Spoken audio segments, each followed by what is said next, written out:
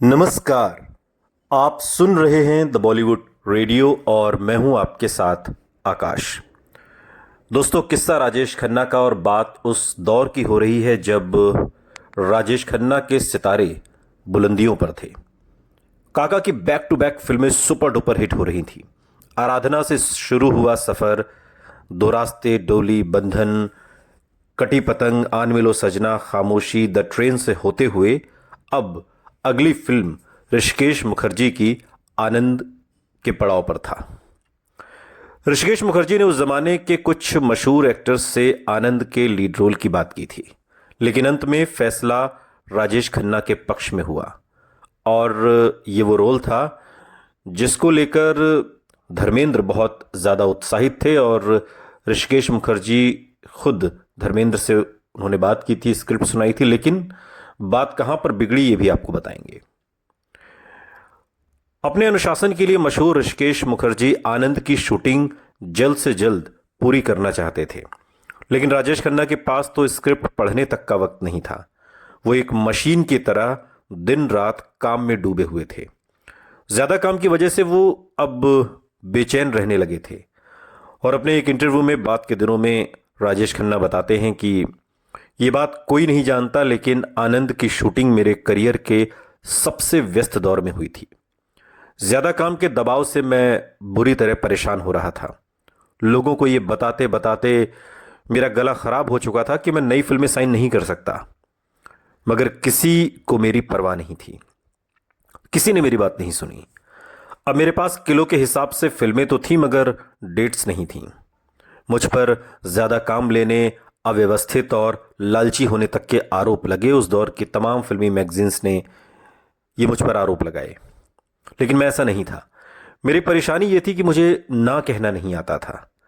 जितने ज्यादा फैंस के खत मुझे मिलते थे, मैं और ज्यादा कंफ्यूज हो जाता था।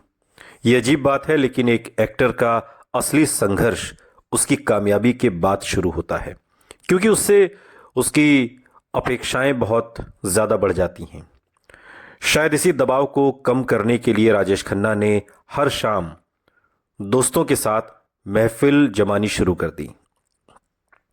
शराब की चुस्कियों के साथ दोस्तों से दिल की बातें दिन भर की थकान के बाद उन्हें अजीब सा आराम देती थी।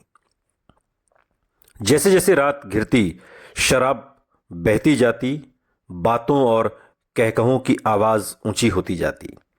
ये माहौल राजेश खन्ना को उनके थिएटर के दिनों की याद दिलाता था, जब सिगरेट के धुएं भरी शामों के बीच ऐसी महफिलों में नए आइडिया और कहानियों पर चर्चा होती थी।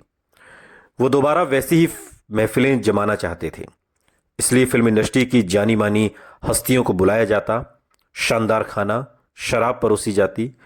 ये महफिलें उनकी आउटडोर शूटिंग के दौरान भी जारी रहती थीं।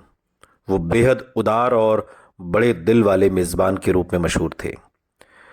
वरिष्ठ फिल्म पत्रकार भारती एस प्रधान बात के दिनों में एक इंटरव्यू में उस दौर और राजेश खन्ना की मेहमान नवाजी पर बात करते हुए कहती हैं कि उनका मेहमान होने का मतलब था कि आपको जो मिलेगा वो बेहतरीन होगा, चाहे वो शराब हो, चाहे वो खाना हो। वो कहती हैं कि एक बार उनके होटल के स्वीट में डिनर करते समय मैं बातों में व्यस्त थी और मैंने ध्यान नहीं दिया कि हर बार जब गर्म रोटी आती तो राजेश खन्ना खामोशी से मेरी प्लेट से ठंडी रोटी उठाकर अपनी प्लेट में रख लेते, ताकि गर्म रोटी मेरी प्लेट में रखी जा सके।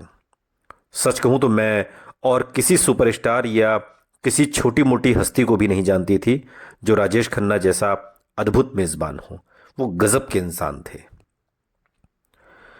लेकिन समय के साथ ये महफिलें आदत बनती जा रही थीं। थकान और दबाव से निपटने के लिए राजेश खन्ना अब इन पर निर्भर होने लगे थे। परेशानी ये थी कि महफिल और शराब का ये दौर ज्यादातर आधी रात तक चलता था। इसकी भरपाई सुबह राजेश खन्ना देर से सोकर उठ के करते थे और फिर शूटिंग पर देर से पहुंचते थे। और बात के दिनों में वो कहते भी हैं कि मेरी फिल्में जितनी ज़्यादा हिट हो रही थीं, उतनी ही ज़्यादा मेरी बेचैनी बढ़ती जा रही थी। एक दिन मैं सेट पर ऐसी ही सोच में डूबा हुआ था जब ऋषिकेश मुखर्जी ने मुझसे पूछा, काका तुमने आखिरी बार सूरज उगते हुए कब देखा था? मैंने कहा, मुझे याद नहीं। और आखिरी बार सूरज डूबते हुए कब देखा था? मैं फिर मुस्कुरा दिया। मेरे जवाब की जरूरत नहीं थी, वो मेरा जवाब जानते थे। उस दौर को याद करते हुए राजेश खन्ना बाद के दिनों में अपने एक इंटरव्यू में इस बात का जिक्र करते हैं। राजेश खन्ना ऋषिकेश मुखर्जी की सीधी बात कहने की आदत और दार्शनिक समझ के कायल थे। ऋषिकेश उन चंद निर्देशकों में से थे जो राजेश खन्ना को उनके स्टार वाले नखरों के लिए डांट सकते थे। राजेश खन्ना को उनकी डांट बुरी भी नहीं लगती थी। उन्हें आनंद की कहानी बेहद पसंद आई थी और ऋषिकेश मुखर्जी के साथ काम करने के लिए उन्होंने अपनी मार्केट प्राइस से कम पैसों पर आनंद साइन कर ली थी। आनंद की कहानी में एक अहम रोल डॉक्टर भास्कर बनर्जी का भी था। एक लंबे और बेहद पतले नए अभिनेता अमिताभ बच्चन ने पिछले ही साल 7 हिंदुस्तानी के साथ फिल्म इंडस्ट्री में कदम रखा था। उन्हें इस रोल के लिए साइन कर लिया गया। बाद में अमिताभ ने अपने कुछ इंटरव्यूज में कहा कि उनके सेलिब्रिटी स्टेटस की शुरुआत तभी हुई थी जब सुपरस्टार राजेश खन्ना के साथ आनंद साइन की थी। और बाद के दिनों में अमिताभ एक इंटरव्यू में कहते हैं कि मैं उनके साथ आनंद में साइन किया गया, ये एक चमत्कार की तरह था, ईश्वर की वो कृपा जिसमें उनकी वजह से मुझे सम्मान दिलाया गया। और जैसे ही किसी को पता चलता कि मैं राजेश खन्ना के साथ काम कर रहा हूं, उसकी नज़रों में मेरी अहमियत बढ़ जाती थी और इस बात पर मैं खुद बेहद गर्व महसूस करता था। राजेश खन्ना की असाधारण सफलता को बयां करते हुए अमिताभ ने एक इंटरव्यू में यह भी कहा कि वो खुद सरल और शांत थे, लेकिन जो उन्माद और फैन फॉलोइंग उन्होंने जगाई वो देखने वाले मंजर थे, वैसा कभी देखा नहीं गया। 1970 के दौर में उनके फैंस स्पेन से उनसे मिलने आए थे और ऐसा पहली बार हुआ था। इससे पहले कभी देखा नहीं था, किसी ने सुना नहीं था कि कोई स्पेन से या किसी दूसरे देश से कोई फैन सिर्फ मिलने के लिए आए, जबकि उसे पता भी नहीं है कि वो सुपरस्टार मिलेगा भी या नहीं। अपने ट्रेडमार्क राजेश खन्ना कुर्ता पैजामा में वो हमेशा किसी घरेलू लड़के जैसे दिखते और ऐसे कि हर लड़की जिसे अपनी मां से मिलवाना चाहे, लेकिन इस सबके बीच भी उनका अपना एक अलग ही आकर्षण था। बाद के दिनों में एक इंटरव्यू में याद करते हुए अमिताभ बच्चन कहते हैं, आनंद की ज्यादातर शूटिंग बंबई के मोहन स्टूडियो में की गई थी। ऋषिकेश मुखर्जी ने तकरीबन 1 महीने में ही फिल्म की शूटिंग पूरी कर ली थी। आनंद में अहम किरदार निभाने वाले वरिष्ठ अभिनेता रमेश देव ने शूटिंग के पलों को याद करते हुए उस दौर के बारे में लिखा और एक इंटरव्यू में दरअसल उन्होंने बताया था कि उस दौरान राजेश खन्ना अलग अलग फिल्मों की शूटिंग में इतने ज्यादा व्यस्त थे कि उन्हें पूरी तरह अंदाजा ही नहीं था कि आनंद के सेट्स पर क्या हो रहा है। रमेश की पत्नी सीमा देव का भी आनंद में खास रोल था और सीमा बाद के दिनों में एक इंटरव्यू में बताती हैं कि शूटिंग के दौरान राजेश खन्ना को गीत के बोल याद नहीं रहते थे, इसलिए एक प्रॉम्प्टर उन्हें बोल याद दिलाने के लिए बैठाया जाता था। वो हर लाइन को सुनते थे और फिर अपने होंठ हिलाते थे। इस बात पर यकीन करना वाकई मुश्किल है कि किस तरह वो दिन रात काम करते हुए एक शूटिंग से दूसरी शूटिंग तक भागते भागते अपने सबसे यादगार किरदार आनंद में जान फूंक रहे थे। सेट्स पर राजेश खन्ना के देर से आने की आदत को याद करते हुए रमेश देव कहते हैं कि आनंद के शूटिंग पर जब वो देर से आते थे तो ऋषिदा बहुत गुस्सा होते थे, लेकिन ऋषिदा कहते थे कि पहले राजेश खन्ना को उसका सीन करने दो, फिर गुस्सा करेंगे, वरना सीन खराब हो सकता है। राजेश खन्ना सीन को इतनी अच्छी तरह से निभा जाते थे कि सीन करने के बाद ऋषिदा उनसे कहते थे, तुमने इतना अच्छा काम किया है, तुम्हारे 100 गुना माफ। 1970 के अंत तक राजेश खन्ना का रुतबा और भी विशाल हो गया था। कहा जाता है कि इस दौर में धर्मेंद्र ही ऐसे स्टार थे जो राजेश खन्ना के स्टारडम की आंधी से हिले नहीं थे। इसके अलावा फिल्म इंडस्ट्री में कई साल से जमे जमाए राजेंद्र कुमार, शम्मी कपूर, मनोज कुमार जैसे स्टार अचानक से ढलान पर आ गए। दिलीप कुमार, देवानंद, राज कपूर की तिकड़ी का जादू हालांकि अब भी बरकरार था और कई सालों से इन्हें देखते आ रहे इनके वफादार फैंस ने इनका साथ अभी छोड़ा नहीं था, लेकिन ये भी फिलहाल चुनिंदा फिल्में ही कर रहे थे।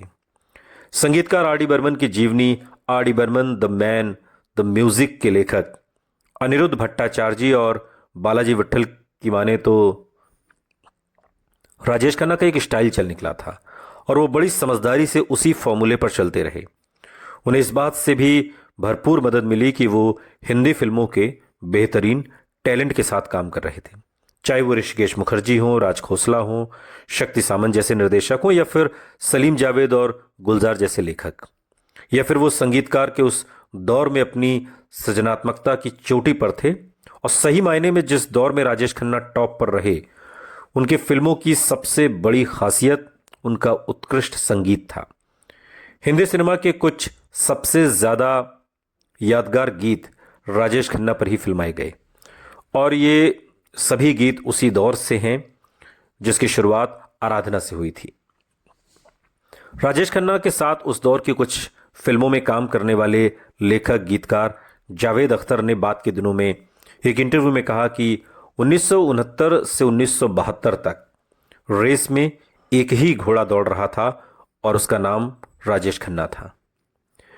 उस दौर में जावेद अख्तर के जोड़ीदार रहे लेखक सलीम खान ने राजेश खन्ना की अद्भुत सफलता के बड़े ही दिलचस्प अंदाज में उसको बयां करते हुए एक इंटरव्यू में कहा कि वो आज तक का सबसे बड़ा स्टार था।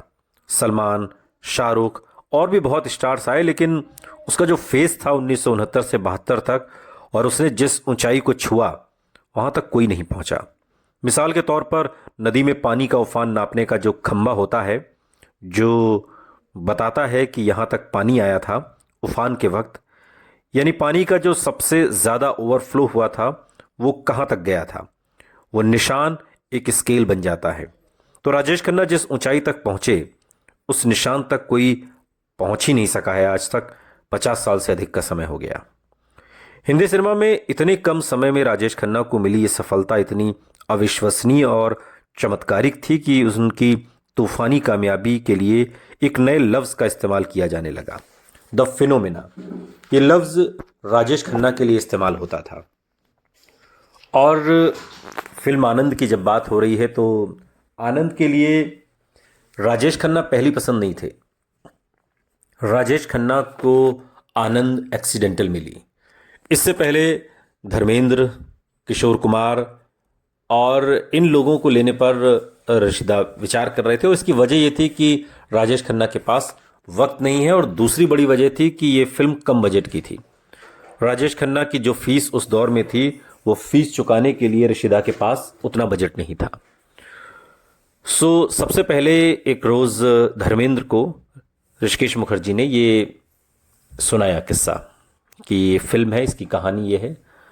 अब ऐसी कोई बात नहीं हुई कि धर्मेंद्र को ही लेंगे, लेकिन धर्मेंद्र को ऐसा लगा कि मुझे साहब अगर कहानी सुनाई जा रही है तो फिर मुझे ही लेंगे।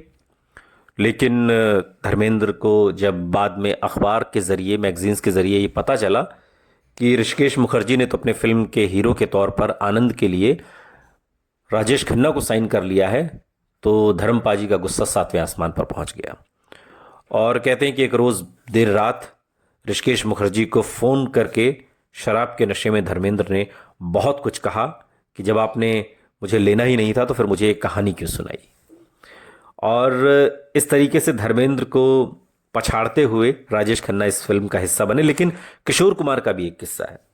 सबसे पहले किशोर दा को लेना चाहते थे रशीदा, और लेकिन किशोर कुमार उन दिनों, क्योंकि एक बात बड़ा मशहूर है किशोर कुमार के बारे में कि वो बिना पैसा लिए कोई काम करते नहीं थे। जब तक कि उनका मैनेजर इशारा ना करे कि पैसा आ गया, वो गाना भी नहीं गाते थे, सिर्फ गुनगुनाते रहते थे। ये उनके बारे में बड़ा मशहूर था। तो कोई बंगाली प्रोड्यूसर था जिसने उनका कोई पैसा मार लिया था। अब चुलबुले मस्तमौला खुशमिजाज किशोर कुमार ने अपने नौकर को सख्त हिदायत दी कि कोई बंगाली आए तो उसे घर में घुसने मत देना, कोई भी हो।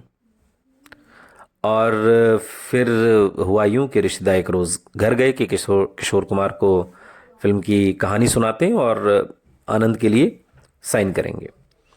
लेकिन जैसे ही ऋषिकेश मुखर्जी किशोरदा के बंगले पर गए, उस नौकर ने ऋषिदा को अंदर घुसने ही नहीं दिया और न जाने क्या क्या कहता रहा। और फिर बड़बड़ाते हुए ऋषिदा गुस्से में किशोर कुमार के घर से चले गए। इस तरह ये रोल जो किशोर कुमार को मिल सकता था, ये किशोर कुमार को नहीं मिल पाया और धर्मेंद्र के हिस्से से भी ये रोल इसी तरीके से चला गया।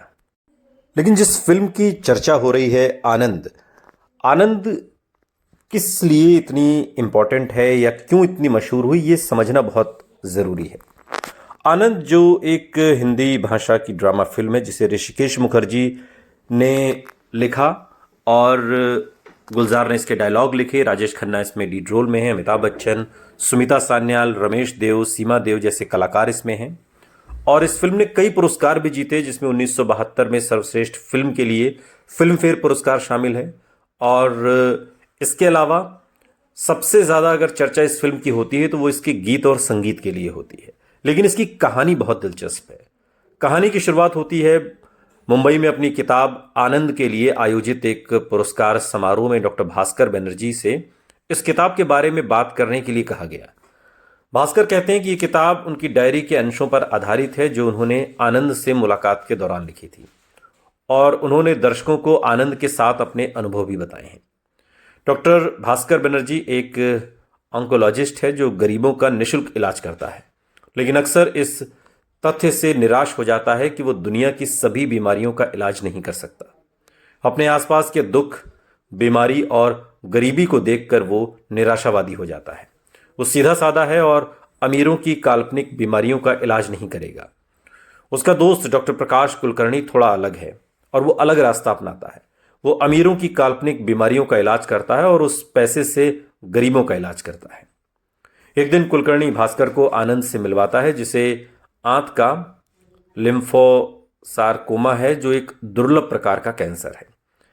आनंद एक हंसमुख स्वभाव का है और ये जानते हुए कि वो 6 महीने से ज़्यादा जिंदा नहीं रहने वाला, वो एक बेपरवाह व्यवहार बनाए रखता है और हमेशा अपने आसपास के सभी लोगों को खुश करने की कोशिश करता है।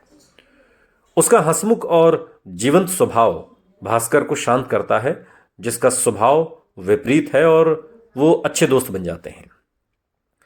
आनंद में लोगों को आकर्षित करने और उनसे दोस्ती करने का एक दुर्लभ गुण है, और ऐसी ही एक मुलाकात में वो थिएटर अभिनेता ईसा भाई को अपना दोस्त बनाता है और वो एक दूसरे की संगति का आनंद लेते हैं और एक भावनात्मक, एक इमोशनल रिलेशन में बन जाते हैं। आनंद की हालत धीरे धीरे बिगड़ती जाती है, लेकिन वो अपने बचे हुए दिन अस्पताल के बिस्तर पर नहीं बिताना चाहता। इसके बजाय वो आज़ाद घूमता है और सबकी मदद करता है। उसे पता चलता है कि डॉक्टर भास्कर बनर्जी के मन में रेणु के लिए गहरी भावनाएं हैं, जिसका उसने पहले निमोनिया के लिए इलाज कराया था। वो भास्कर को अपने प्यार का इजहार करने में मदद करता है और रेणु की माँ को उनकी शादी के लिए आशीर्वाद देने के लिए मना लेता है। वो भास्कर से कहता है कि सभी को उसे एक जिंदा दिल इंसान के तौर पर याद रखना चाहिए, न कि एक कैंसर मरीज के तौर पर। यह भी पता चलता है कि वो दिल्ली में एक लड़की से प्यार करता था जो अब आनंद की बीमारी की वजह से किसी और से शादी कर चुकी है। जिस दिन उसकी शादी हुई, आनंद उससे अलग होने के लिए दिल्ली से मुंबई आ गया, लेकिन उसकी याद में अपनी किताब में एक फूल रख लिया। आनंद समय के साथ बीमार होता जाता है और अब घर से बंधा रहता है। वो भास्कर को एक कविता कहते हुए और खुद संवाद बोलते हुए और दोनों को एक साथ हंसते हुए रिकॉर्ड करता है। वो अपनी आखिरी सांसें गिन रहा है जबकि उसके दोस्त उसके इर्द गिर्द इकट्ठा होते हैं, लेकिन भास्कर उसके लिए दवाइयाँ लाने चला जाता है और वो उसे पुकारता है और मर जाता है। भास्कर कुछ ही मिनट बाद जब वापस आता है तो आनंद से उसकी बात करने की विनती करता है और अचानक से आनंद की आवाज़ के साथ वो टेप बजना शुरू होता है और उसके दोस्त उसके लिए रोते हैं। जैसे ही आनंद दुनिया छोड़कर आसमान में उड़ जाता है, कुछ गुब्बारे आसमान में उड़ते हुए दिखाई देते हैं और ये इस फिल्म का पूरा लब्बो-लुआब है। फिल्म अगर आपने देखी है, गीत अगर आपने सुने हैं, तो कौन सा गाना आपको सबसे ज़्यादा पसंद आया, कमेंट बॉक्स में हमें ज़रूर बताइएगा। सुनते रहिए द बॉलीवुड रेडियो, सुनता है सारा इंडिया।